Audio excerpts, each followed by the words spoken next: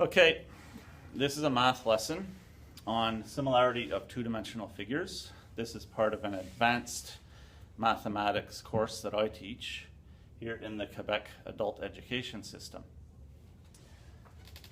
This scenario, we are talking about a window in my classroom. In my classroom, the big window is made up of 4 panes. The leftmost pane, A, B, I, J, is not the same size as the others because that would make the question too easy. But it is similar to the entire window, A, E, F, J, with the ratio of their areas being 25 to 100. The longer side, FJ, of the entire window is 8 meters in length, and AJ is the longer side of that leftmost pane. What is the area of the leftmost pane?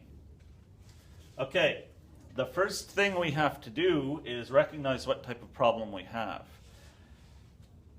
We see the word similar in the problem, and that's a big indicator that this has to do with similarity and it's not about equivalence. And we see that we have two-dimensional figures, we have rectangles. So we are not dealing with three-dimensional figures, and therefore it's not going to have anything to do with volume. It's going to have to do with area. In similar figures, there is a ratio of similarity between their areas. And that's what we have been given with the 25 to 100. Our first step is to deal with that ratio of similarity. So what we do is we define our scale factor as k, and then we have been given k squared.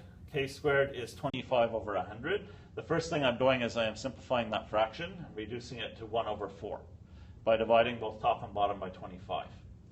In using this scale factor, I am invoking theorem 50C, but this is from a set of theorems that are included on the exams of the students in the course that I teach. You might be learning this same type of math, but in a different course, within a different curriculum. So therefore, you may have different theorems, or you may have the same theorems with different numbering system. So if you're in the Quebec adult education system, then you are using theorem 50C, and you say so. If not, you say which theorem you are using. Now, it's enough, if the theorems are given on the exam, as they are in this course, it's enough to just put the number of the theorem you're using and circle it. Then the teacher who is correcting can see which theorem you're referring to, and you don't have to write out the whole thing. The next step is to square root the ratio of the similarity of the areas in order to get the ratio of similarity for the distances. I've done that here. The square root of 1/4 is 1/2, so therefore we have a 1:2 ratio of similarity between the distances in these two rectangles. Using that ratio of similarity for the distances, I build a proportion. Side AJ, which is the longer side of the smaller rectangle, has to be within a 1:2 ratio of side JF, which is the longer side of the larger rectangle. So therefore I build my proportion 1 over 2 equals x over 8. The 8 has to be on the bottom with the 2 because the 8 came from the larger figure. And when I solve this through cross multiplication, I get AJ is 4 meters in length. Now I know the longer side of the smaller rectangle. But an interesting thing about this situation is that the longer side of the smaller rectangle, AJ, also happens to be the shorter side of the bigger rectangle, AEFJ. So I actually found 2 different things when I found this value, 2 different things that I need. I move on to the next step, which is to do another proportion. I'm using the same ratio of similarity of the distances, but this time I am putting the shorter side AJ of the larger rectangle, again on the bottom with the 2 because it came from the larger rectangle, and I'm solving for AB, which is the shorter side of the smaller rectangle. Cross multiplying, I get AB is equal to 2 meters. At this point, I have all the values I need to answer my final question, which is simply to find the area of the rectangle ABIJ. AJ is the length, and it is equal to 4 units.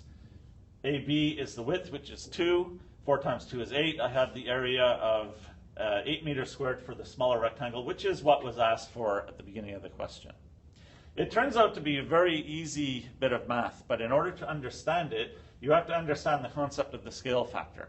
And in the course that I'm teaching and the exams that I teach and the answer keys that I have to use, if the student does not use the concept of similarity to solve for a value they need to answer the question, that student is getting 0. So if you manage to get some useful values in other ways from this question, you're getting a 0 unless you have correctly used the concept of similarity. And that means that you have to have realized that the square of the ratio of the distances is equal to the ratio of the areas. There is an alternate method of solving this problem, and it's just as good. It also involves using these ratios of similarity correctly. In this case, the first 2 steps are the same. I have to define my scale factor. I have to reduce the fraction. It's easier to work with anyway if I reduce the fraction. I have to state which theorem that I'm using. And I have to square root that ratio in order to get the ratio of the distances. And then I do the same first proportion, which is to find side AJ. 4 meters. But since side AJ is the shorter side of the rectangle AEFJ, and since I already know that 8 meters is the longer side JF of that same rectangle, at this point I can plug those values directly into the area of a rectangle formula, and I can find the area of the larger rectangle.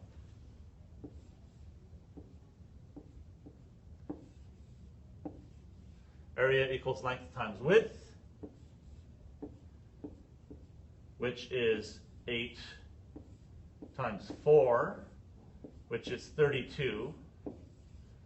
The unit would be meters squared, but I don't need to apply it because I'm not being asked for that area in my answer. And then I can use the area of 32 meters squared in a second proportion, but using the ratio of the areas. So 1 over 4 has to be equal to x over 32. When I cross multiply and solve, I'm going to get x equals 8. And 8 is the area of the smaller rectangle, ABIJ. So therefore, it's going to have the unit meters squared.